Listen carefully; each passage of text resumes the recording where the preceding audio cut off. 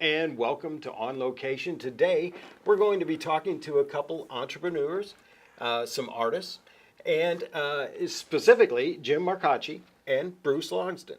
And they're producing a documentary right now called The Coliseum.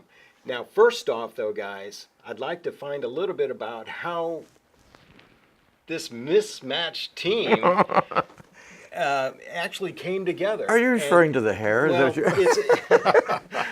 one gave it up and the other took it on. So, well, actually, Jim and I had both been doing video work, weddings, pageants, stuff like that, small documentaries for some time. And I just finally said, since my son had graduated from college and getting out on his own, I said, why don't we just get together and do this together? We know each other. We've known each other since we taught. I'd help him with a project. He'd help me with a project. Yeah. So we finally just said, okay, let's go officially. Now, we didn't incorporate, but we did form a partnership. So what initiated this particular documentary called America's Coliseum? One trip down Illinois 4, we're driving along, and I kept saying, Jim, every time I drive past her, I have the same feeling that if we don't start doing, we had talked a little bit about it. I said, if we don't start doing this, one day we're going to look up and this thing is going to be burned down. Now you have to understand Yeah. that the Coliseum Ballroom is in Benelde, Illinois. Right. And I'm from the area. He's from the area. Yeah. And it's not like we picked some far out Right. building somewhere in Podunk, who knows where. Right. Right. This was close to us. I mean, we went there Right. as kids. We Yeah. got entertained there, So there's a lot of history at the Oh, Coliseum. there's so much. Go Anybody ahead. that lives in that area will tell you that at one time or another they've been there. My parents had been there. My mom and dad talked and raved about it and said, and you're not going. I said, why not? They said, well, because back in the day with the big bands, I think it was very nice and now with rock and roll, nah. So I went that next weekend. So what are some of the artists that did perform there back in the day? You got me. Oh, boy. It goes back to the days of Lionel Hampton.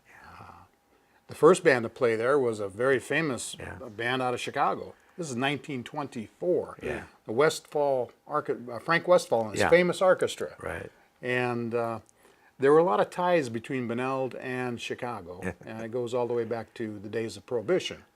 And a lot of people think that because of that connection, famous band out of Chicago was the first to play on Christmas Eve, 1924 at the Coliseum Ballroom. Yeah. But Frank Westphal to Tommy Dorsey, Glenn Miller. Glenn Miller, the Dorsey brothers. Wow. And then the rock and Lawrence roll, Welk. the rock and roll era, you had the Everly Brothers. Everly Brothers. Chuck Berry practically lived there, I think. Facedomino. Yeah. So Bo this Diddley. project's been in the making for a couple of years. This right? more than it's been about 3.5 years. Yeah. now. Okay. On the way to What- 4 years. What's the difficulty putting this together? And has it been a major project? Yeah. Oh, it has been a major project. Yeah. It was much more than we thought we were going to be years able to time, do yeah. once we got into it, because we thought this is bigger than anything we had ever anticipated. But one of the big problems was music rights. Yeah. We think we've got that portion of it licked. When Right. you're doing a documentary about a place that played music, you're going to have to play some music for these people that are going to be watching this I'm documentary. sure it was a challenge. And knowing who the owners of the music are whoever that may be, and the older people that performed there, they didn't own their own music.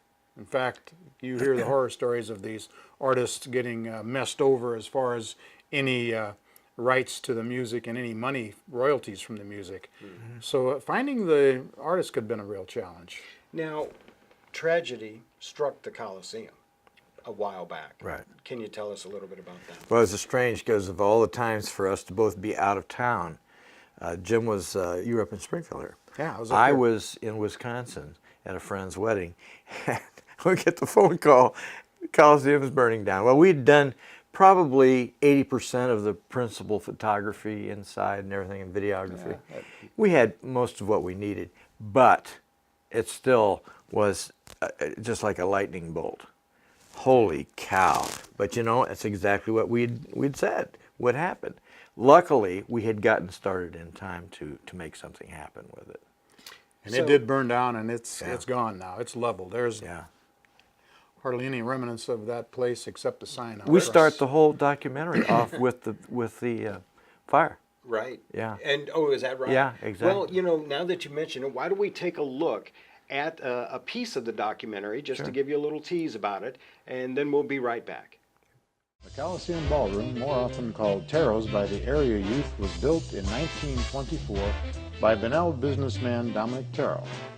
When you danced at the Coliseum, you were dancing on the largest dance floor between Chicago and St. Louis.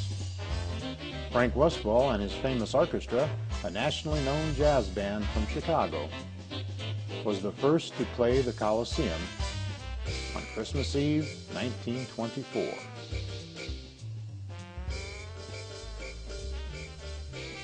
Duke Ellington, Paul Whiteman, the King of Jazz, and the Bill Johnson Jazz Band were among some of the popular bands to play there during the 20s. Okay, welcome back.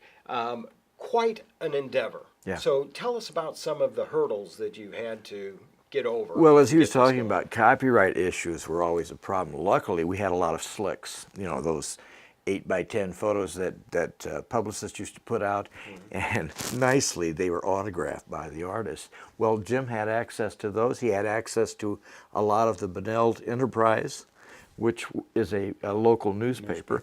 And boy, a lot of our research came out of there. So that was part of it. And then trying to figure out how to tell the story. Where do you start?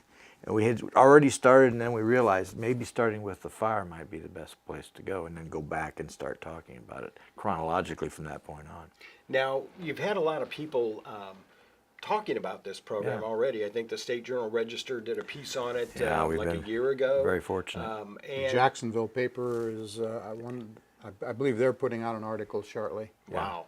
And you've also had numerous T-shirts. Oh, yeah, made up, we've been the to T-shirt promote bit, sure. to promote the actual documentary. Right. So, how can people find out more when it's going to be done? Keep do up- you- and right. keep up to pace on what's happening. Just go to our website. Go to our website. We're on Facebook. Yeah. Sound and Image Productions. Yeah. Our website is soundandimageproductions.com. Yeah. Soundandimageproductions.com. Sounds Yeah. great. It's A-N-D. Now, did I miss anything, or is there something else that maybe you'd like to tell us about All right. Sound and Image or the documentary? Here's the we expected. do plan on yes. getting this finished for stocking stuffers for Christmas. Yeah. So if Yeah. you're interested, We this know would be a good Christmas to We've get 'em. made lots of predictions when we'd be done, and then we'd run into a host of problems. But tell you what, the main thing on this is for us to be accurate and for it to be entertaining. And for the actual public to reminisce about what absolutely. maybe they had seen there at the Absolutely. Coliseum. We've got a couple years lot of ago. good interviews with bands that played Yeah. there during the 70s Yeah. and the 80s. A lot of the locals will know of the Guild. Yes. And the Guild was a house band there. Sure. And we just got a fantastic interview with the members of the Guild. So Well, that's actually, something I to look remember forward to. shooting some of that back a couple of years ago. Yeah, I think it that's was. cool. It was the Guild, correct? It was. Yeah, well, playing there? they played there in the 70s and 80s. They were Right. pretty much Now, the house band for that time. We, I don't know, sorry. I don't know. Before you keep going, can you jiggle the mouse? We just lost the picture. Which what? I lost her picture Oh. back there. It'll come back.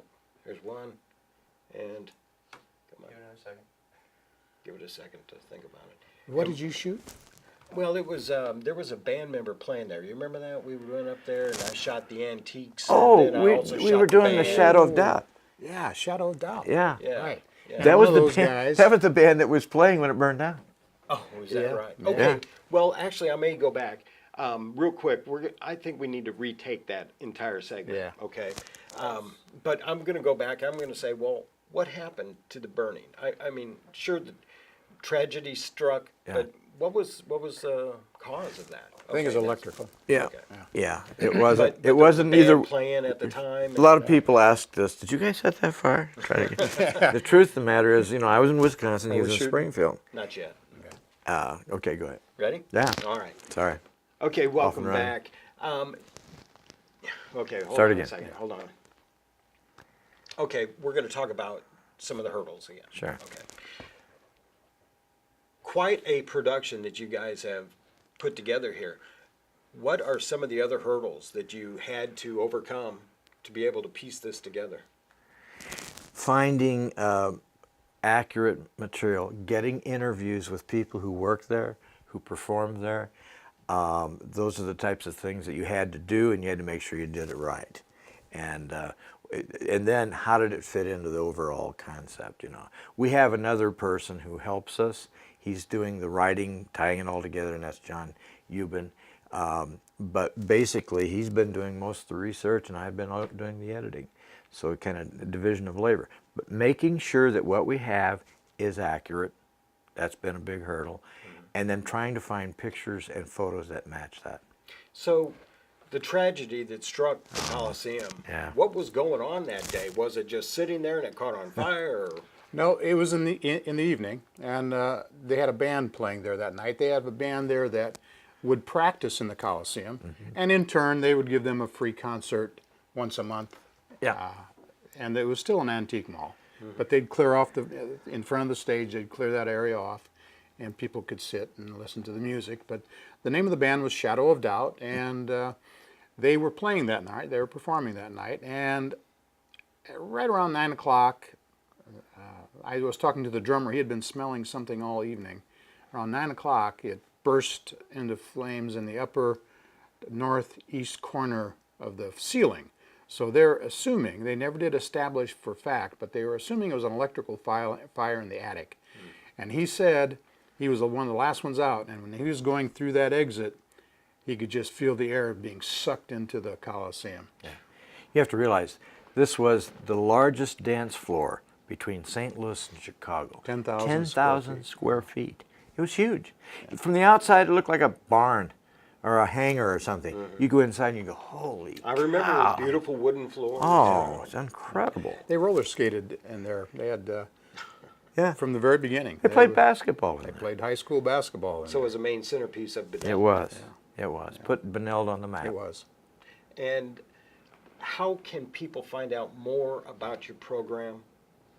Website. They can go to our website at www.soundandimages.com. Sound and Image Productions.